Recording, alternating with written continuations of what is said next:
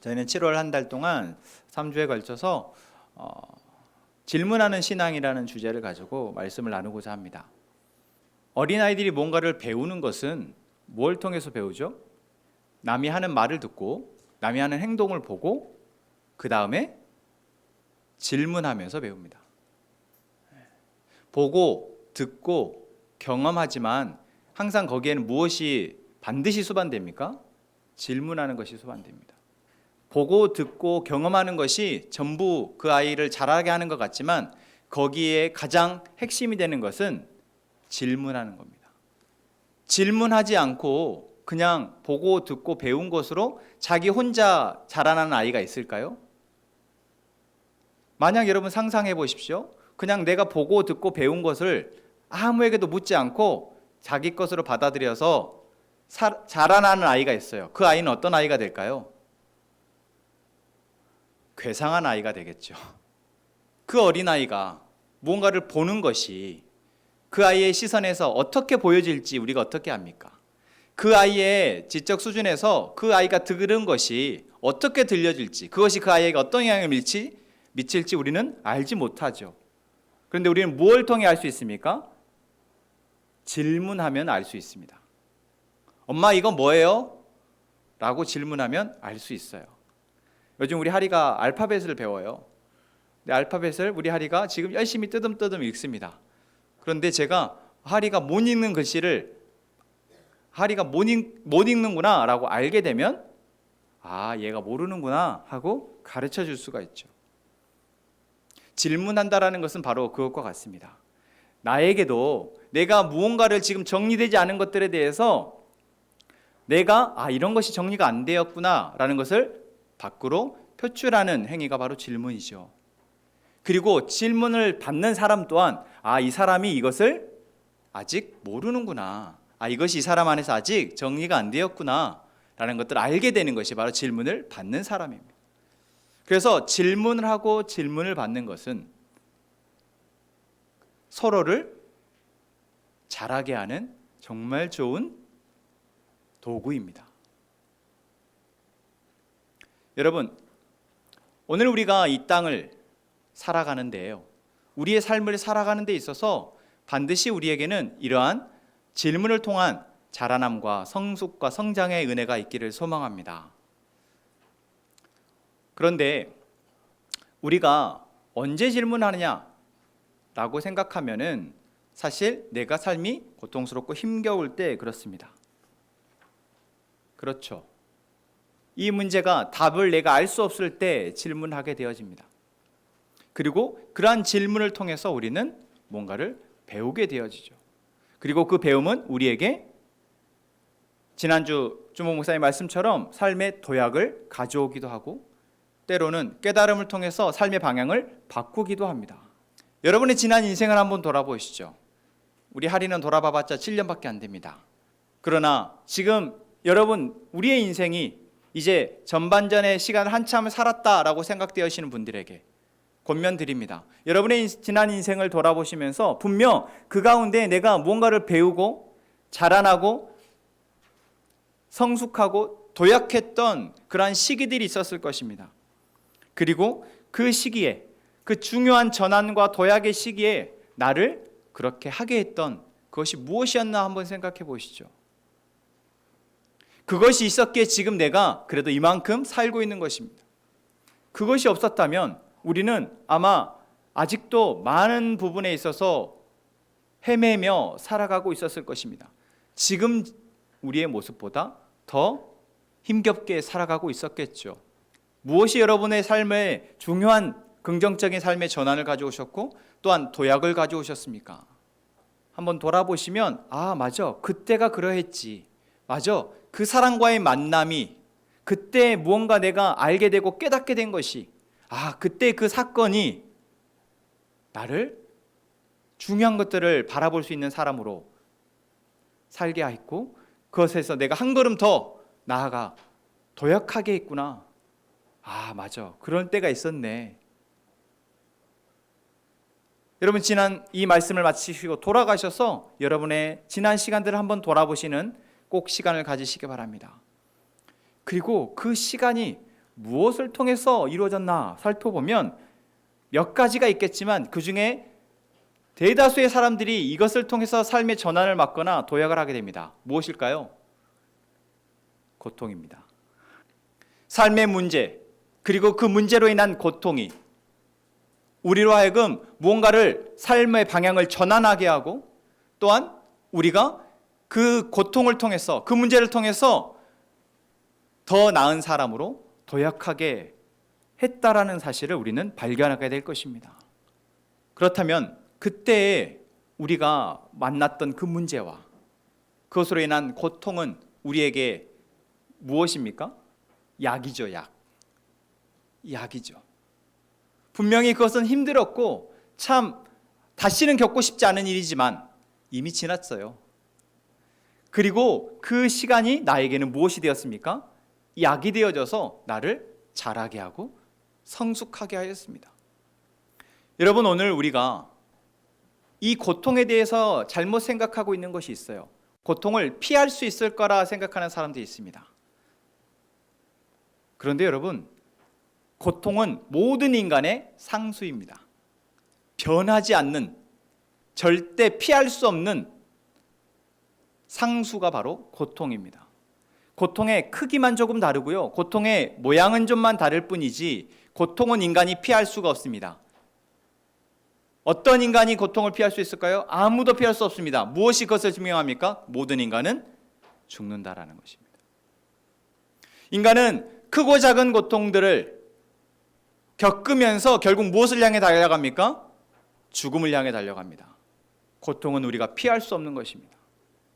우리가 이러한 고통 가운데 살아가는 것이, 그리고 이 고통이 우리를 힘겹게 하는 것이 우리에게는 피할 수 있으면 피하고 싶은 일이긴 하지만 조금 전 말씀드렸던 것처럼 고통은 상수입니다. 우리가 숨을 쉬고 있는 한 계속해서 우리는 어떠한 문제들로 인해서 결국 고통스럽다, 힘들다 라는 생각들을 종종 하면서 죽음을 향해 달려가게 됩니다. 그럼 그 고통은 누구의 책임일까요? 그 사람의 책임이죠. 지금 나를 고통스럽게 했던 그 사람의 책임이라고 우리가 생각하게 됩니다. 맞습니다. 그 사람의 책임입니다. 그리고 또 한 가지 우리가 항상 잊어버리는 것이 있는데 무엇일까요? 바로 나의 책임입니다. 모든 고통은 너와 나 때문입니다. 따라해 봅시다. 모든 고통은 너와 그리고 나 때문이다. 여러분, 우리가 이것을 잊어버리는데 모든 인간은 결국 고통을 피할 수 없는 존재예요. 그 말은 곧 모든 인간은 고통을 당할 수밖에 없는 무언가를 가지고 있다라는 것입니다. 하나님을 믿게 된 우리는 그것이 무엇인지 알고 있는 존재입니다. 그것이 무엇입니까? 바로 하나님과의 관계가 죄로 인해서 끊어졌다라는 것입니다. 이 세상을 창조하신 그 하나님이 그 놀랍도록 아름다운 모습으로 창조하신 존재인 우리가 그 하나님이 창조주이심과 피조물인 우리가 관계가 끊어졌기 때문에 그 하나님의 완전하시고 무한하시고 변함없으신 그 공급하심을 받지 못하니 우리는 그로 인해서 계속해서 문제를 일으키다가 그로 인한 고통 속에 살아가고 있는 것입니다. 성경은 우리에게 이것을 말해주고 있어요. 다시요, 여러분, 우리가 고통당하는 이유가 무엇이라고요? 우리를 창조하신 그 하나님과의 관계가 끊어졌기 때문입니다. 그 사람 또한 하나님과의 관계가 끊어져서 하나님과 관계가 원활하지 못해서 공급을 제대로 받지 못하니까, 사랑을 제대로 받지 못하니까 마음에 여유가 없어져서 결국 나를 고통스럽게 하는 겁니다. 나 역시도 그 사람이 나를 고통스럽게 할 때 그 고통이 2배, 3배로 다가오는 것은 바로 하나님과의 관계가 끊어져서 나로 하여금 상처를 보듬어 주시고 나로 하여금 다시 회복하시고 일어서게 하시는 그 하나님과 관계가 원활하지 못하니까 그 고통이 나에게 2배, 3배로 찾아오는 것이죠. 모든 인간은 고통을 피할 수 없습니다. 모든 인간이 죄인이기 때문입니다. 우리 안에 있는 죄로 인해서 하나님과의 관계가 끊어졌기 때문입니다. 여러분, 이렇게 그냥 우리는 고통받으면서 살아가게 되는 걸까요? 아니요, 그렇지 않습니다. 하나님의 그 크신 사랑은, 하나님의 처음부터 마지막까지 변함없으신 그 사랑은 우리가 하나님 없이 살아갈 수 있다 생각하며 하나님과의 관계를 단절해버린 그 죄를 하나님은 용서하기 위해서 일하시고 계십니다. 예수 그리스도가 이 땅에 오신 것이 바로 그 일을 위해서입니다. 하나님과의 관계를 단절해버린, 우리가 스스로 단절해버린 그 하나님과의 관계를 다시 연결하시기 위해서 이 땅에 오신 것입니다. 고통 가운데 살아가면서 왜 나만 이런 고통을 당해야 하냐고 부르짖는 사람들에게 예수님은 찾아오셔서 그 고통에서 건져내 주시는 분이십니다. 오늘 우리가 읽은 본문의 말씀이 바로 그 한 사람의 이야기가 기록되어져 있는 본문입니다. 요한복음 4장은 독특하게요, 한 여인과 예수님의 만남을 한 장을 할애해서 우리에게 보여주고 있습니다. 요한복음 4장 1절부터 42절까지 말씀은 예수님이 한 여인을 찾아가셔서 만나시고 그 여인과 대화하시고 그로 인한 이 여인의 삶의 변화를 기록하고 있습니다. 여러분, 혹시 여러분의 삶 가운데에서 내 삶은 왜 이러지? 언제까지 내가 이렇게 살아야지? 라는 그 질문이 여러분 가운데 계속 되어진다면 이 요한복음 4장의 말씀을 반복해서 읽으시기를 권면드립니다. 그 말씀을 읽는 가운데 이 여인을 찾아오셔서 이 여인을 회복하시고 새로운 삶을 살게 하신 예수님이 여러분을 만나 주실 것입니다. 그것을 위해서 오늘은 이 말씀을 통해 예수님과 이 여인의 대화를 함께 살펴보고자 합니다. 예수님은 제자들과 함께 갈릴리에서부터 예루살렘까지 이스라엘 전역을 다니시면서 하나님 나라의 복음을 전하십니다. 하나님 나라가 어떠한 나라인지, 이 세상과 얼마나 다른지, 그래서 이제 그 세상을 살 수 있는 키 대신 예수님을 자꾸만 보여주시죠. 이것을 우리가 5월달 말씀 가운데 나누었습니다. 그러한 예수님이 다니시는 그 길목 가운데 사마리아라는 동네가 있습니다. 이 이스라엘이라는 지도가 길쭉하잖아요, 세로로.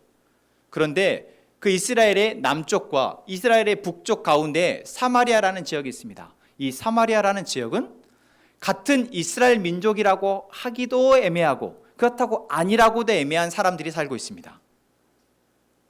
그 사람들은 이스라엘이 남유다와 북이스라엘로 쪼개졌을 때 그 북이스라엘이란 나라의 사람들이 아수르란 나라에게 멸망을 당하잖아요.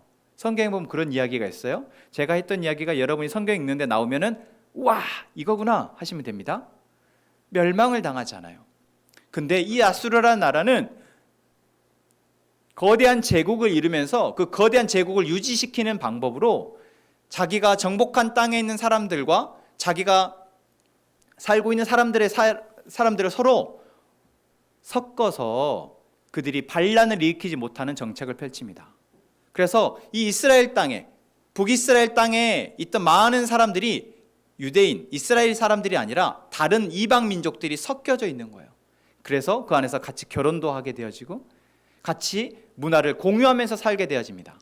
그런데 선민의식을 갖고 있던 남유다 사람들이 볼 때 이 북이스라엘 사람들은 어떨까요? 피가 섞여버렸어요. 그들의 정결함을 잃어버렸어요. 그래서 더러운 민족이라고 생각했습니다. 그래서 오랜 시간이 지났음에도 불구하고 이 사마리아 땅에 살고 있는 사람들을, 유다의 사람들은 더러운 사람들, 그곳은 더러운 땅이라고 생각해서 그곳을 지나가려 하지 않았습니다. 그런데 예수님도 누구세요? 유대인이시잖아요. 그런데 예수님이 제자들과 함께 이 사마리아 땅을 지나갑니다. 그리고 그곳에서 예수님이 이제 제자들은 음식을 구하러 들어갔고 예수님은 그곳에 우물가가 있어서 우물가에 잠깐 쉬고 계시는데 한 여인이 옵니다. 그 여인이 바로 오늘 이야기의 주인공인 사마리아 여인입니다. 사마리아에 있는 수가라는 동네에 살고 있던 이 여인이 이제 물을 뜨기 위해서 오는데 이때의 시간이 한낮 정말 더울 때, 여러분 지금같이 더울 때 한낮에 물을 뜨러 한참을 걸어가서 우물에서 물을 뜨고 또 한참을 걸어서 온다고 생각해 보십시오. 죽겠죠. 그런데 실제로 이스라엘은 그 한낮의 기온이 지금 우리가 너무 더워 하는 것보다 훨씬 덥잖아요. 그런데 이 여인이 혼자 그 더울 때에 물을 뜨러 옵니다. 그리고 예수님과 만나게 됩니다. 그리고 예수님과 몇몇의 대화를 나누는데 그 이야기의 시작은 바로 예수님이십니다. 예수님이 뭐라고 말씀하시죠? 물을 좀 주시오. 목마르니까 물 좀 주시오라고 합니다. 그런데 이 여인의 대답이 뭐예요? 당신은 유대인이면서 어찌 사마리아 사람인 나한테 물을 달라 합니까? 라고 얘기합니다. 여러분, 예수님이 물을 달라 하는 것은 일상적으로 그럴 수 있잖아요. 그런데 이 여인의 반응이 어떻습니까?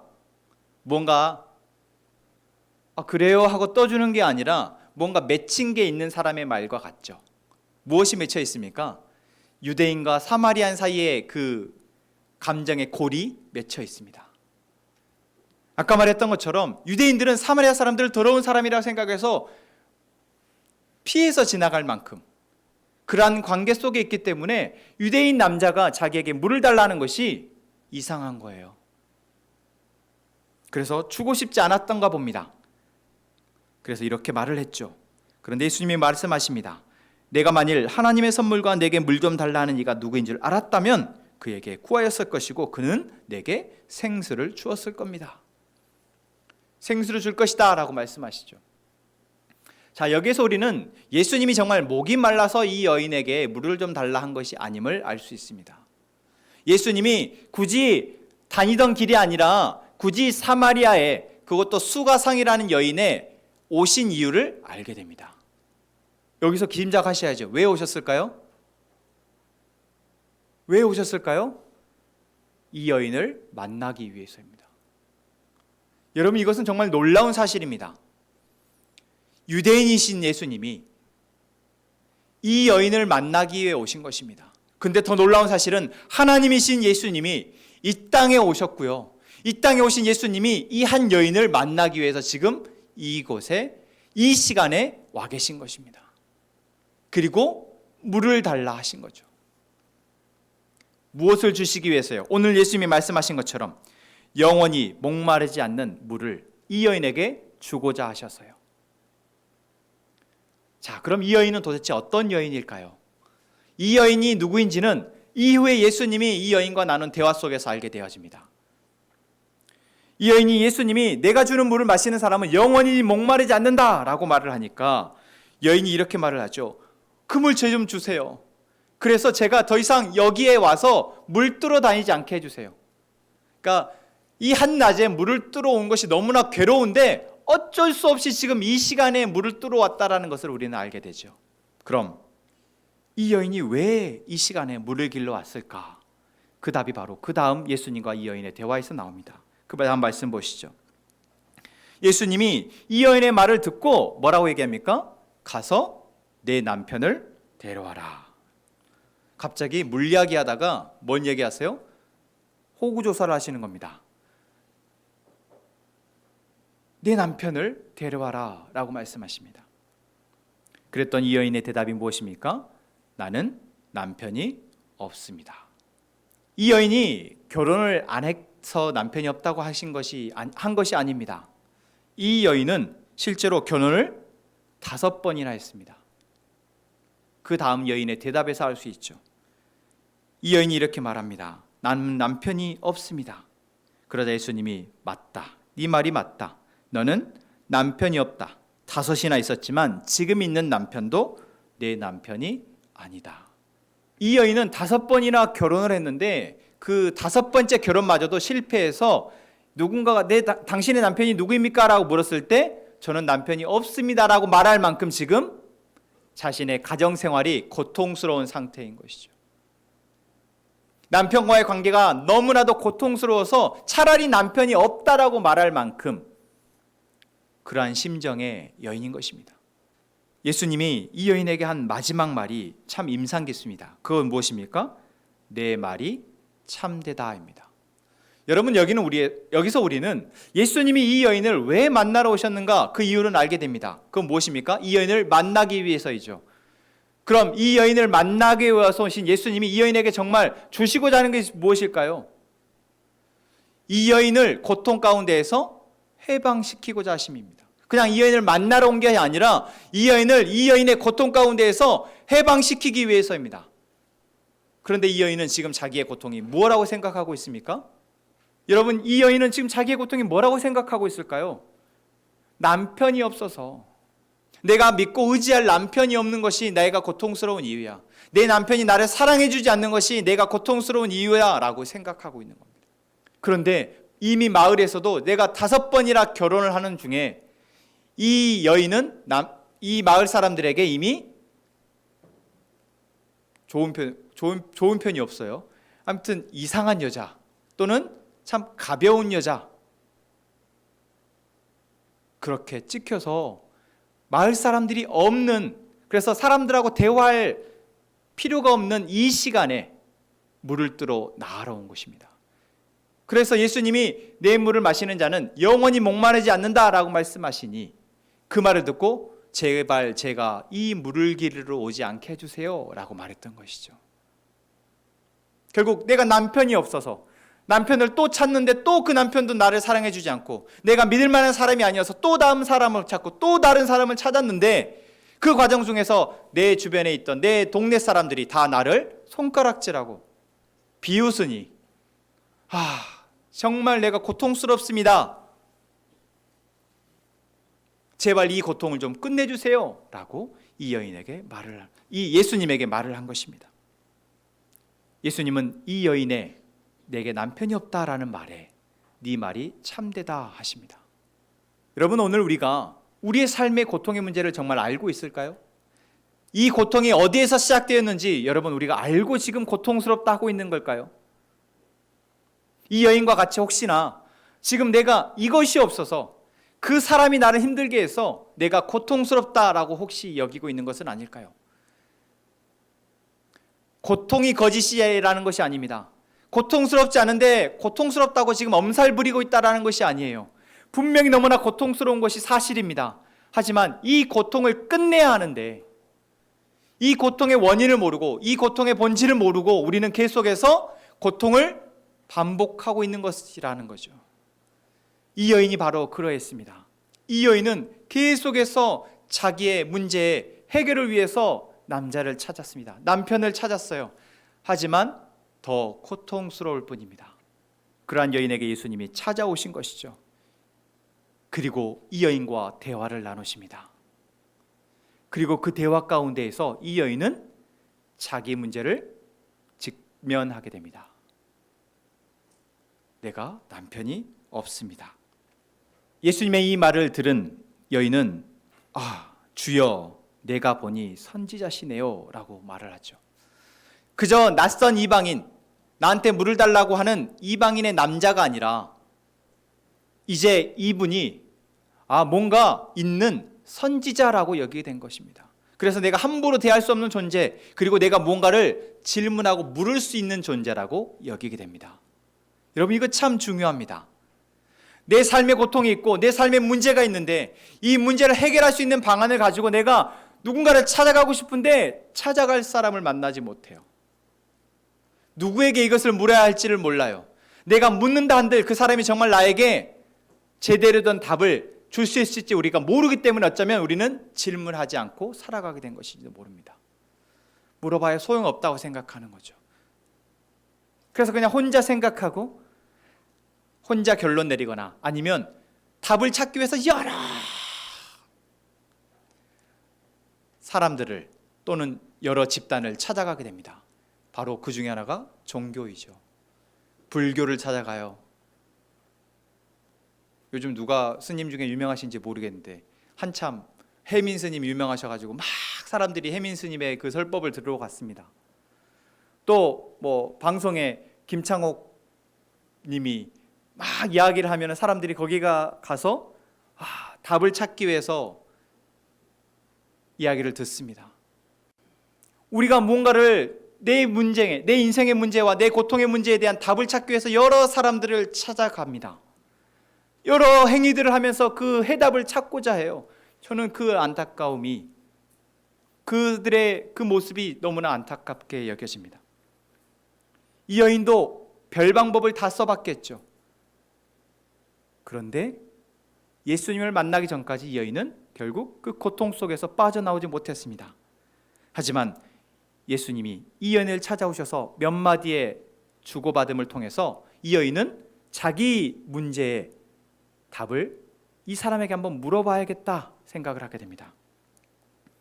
그래서 바로 그 다음 질문하죠. 우리 조상들은 이 산에서 예배하였는데 당신들 유대인들은 예루살렘에서만 예배해야 된다라고 하는데 이게 맞습니까? 라고 질문합니다.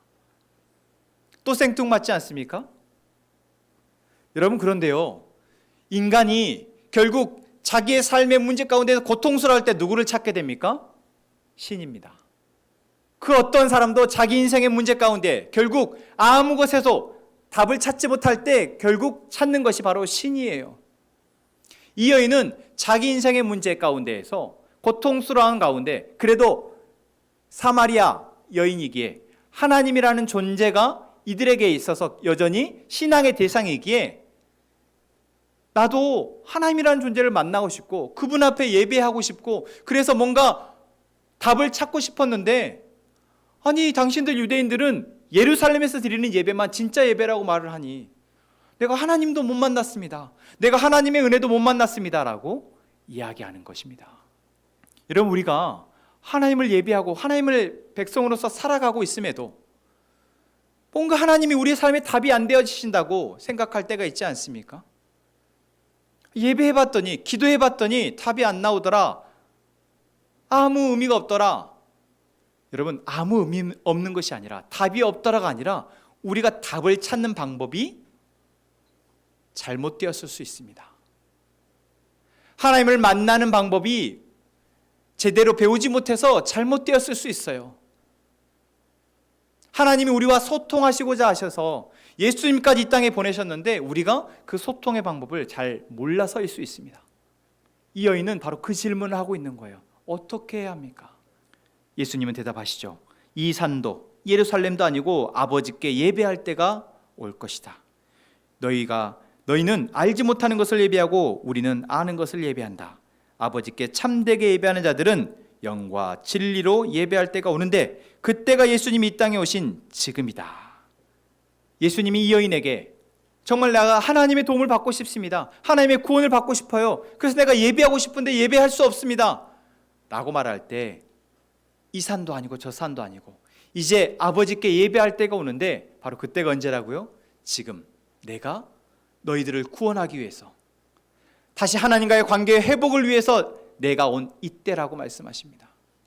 그리고 이제 예수님을 만나게 된 자, 예수님을 믿게 된 자들은 하나님 앞에 영과 진리로 예배하게 되어진다라고 말씀하십니다. 바로 자신이 하나님과의 관계 회복을 통해서 결국 모든 삶의 문제와 그 고통 가운데에서 해답이 되어주심을 말씀하시고 계십니다. 여러분, 이 여인이 예수님을 만난 것이 얼마나 큰 복입니까? 여러분, 우리가 예수님을 알게 된 것이, 예수님을 예배하고 있는 것이 얼마나 큰 복인지 우리도 알기를 원합니다. 그리고 그 복은 바로 예수님과의 관계를 통해서, 예수님이 이 여인과 하고 계시는 이러한 소통을 통해서, 주고받음을 통해서 우리가 누릴 수 있게 되어집니다. 그냥 일방적으로 듣기만 해서는, 내가 어떤 종교적 의식에 참여해서는 그것들을 온전히 누리지 못하게 됩니다. 우리의 삶의 문제를 가지고 이 여인과 같이 예수님을 찾아 나올 수 있으면 그나마 다행이죠. 이 여인은 어떠했습니까?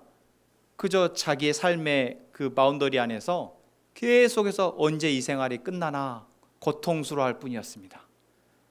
혹시 여러분 그런 사람이 있습니까? 혹시 여러분 주변에 그러한 사람이 보여지십니까? 그 사람을 찾아가기 위해서 예수님이 이 땅에 오셨다는 것을 우리가 기억하기를 원합니다. 그 사람을, 바로 나를, 우리를 만나기 위해서 예수님이 이 땅에 오셨고 우리의 동네에 오셨다는 사실을, 그리고 지금 우리 가운데 우리 앞에 계심을 여러분 기억하기를 소망합니다. 내 앞에 계시는 그 예수님과 우리는 이제 대화할 수 있습니다. 내 삶의 문제를 예수님께 물을 수 있습니다. 내 삶의 고통이 진짜 원인이 무엇인지 예수님 앞에 물을 수 있습니다. 예수님이 그러기 위해서 우리에게 오신 것입니다. 우리가 진실된 마음으로 예수님 앞에 그렇게 하나 내 마음을 다 내어놓고 물을 때 예수님은 답하십니다. 예수님의 답을 들은 이 여인은 메시아가 오면 정말 그렇게 되겠지요? 라는 소망을 담습니다. 그리고 예수님은 이 여인에게 내가 말하는 그 메시아가 바로 나다 말씀하시죠. 이 말을 들은 여인은 어떻게 합니까? 자기가 떠나왔던 마을로 갑니다. 그런데 자기가 가지고 왔던 물동이를 버려두고 가요. 여러분, 이것이 의미하는 게 무엇입니까? 이 여인에게 지금 물이 중요하지 않다라는 것입니다. 이 전까지는요, 예수님을 만나기 전까지는요, 살기 위해서, 그래도 이 고통스러운 삶이지만 살기 위해서 물을 뚫어 나왔던 여인이었습니다. 그렇지만 정말 내게 필요한 것이 무엇인지 이 여인은 발견하게 되니 이제 그것을 뒤로 하고 자기 안에 가득한 그 예수님으로 이제 나아가게 되는 것입니다. 누구를 향해서요? 자기가 두려워하고 피했던 그 마을의 사람들을 향해서.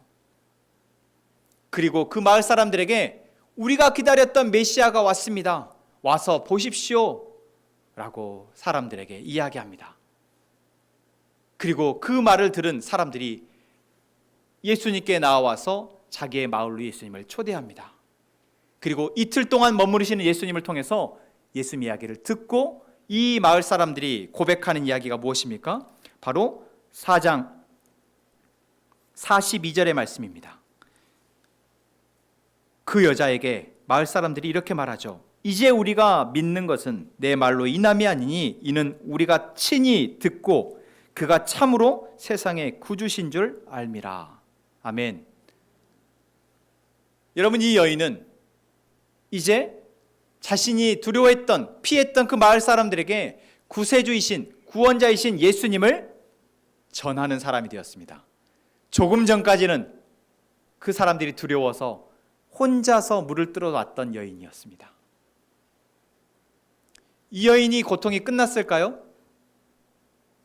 이 여인이 고통이 끝난다는 것이 무엇일까요? 새로운 남편, 좋은 남편을 만나는 것일까요? 우리는 보통 예수님께 구하는 것은 예수님, 좋은 남편을 만나게 해주십시오. 좋은 직장을 들어가게 해주십시오. 좋은 대학을 들어가게 해주십시오. 잘 살게 해주십시오. 평안하게 해주세요. 아프지 않게 해주세요. 이러한 것들을 구합니다. 왜요? 그것을 지금 내가 얻지 못해서 내 삶이 고통스럽다 생각하기 때문입니다.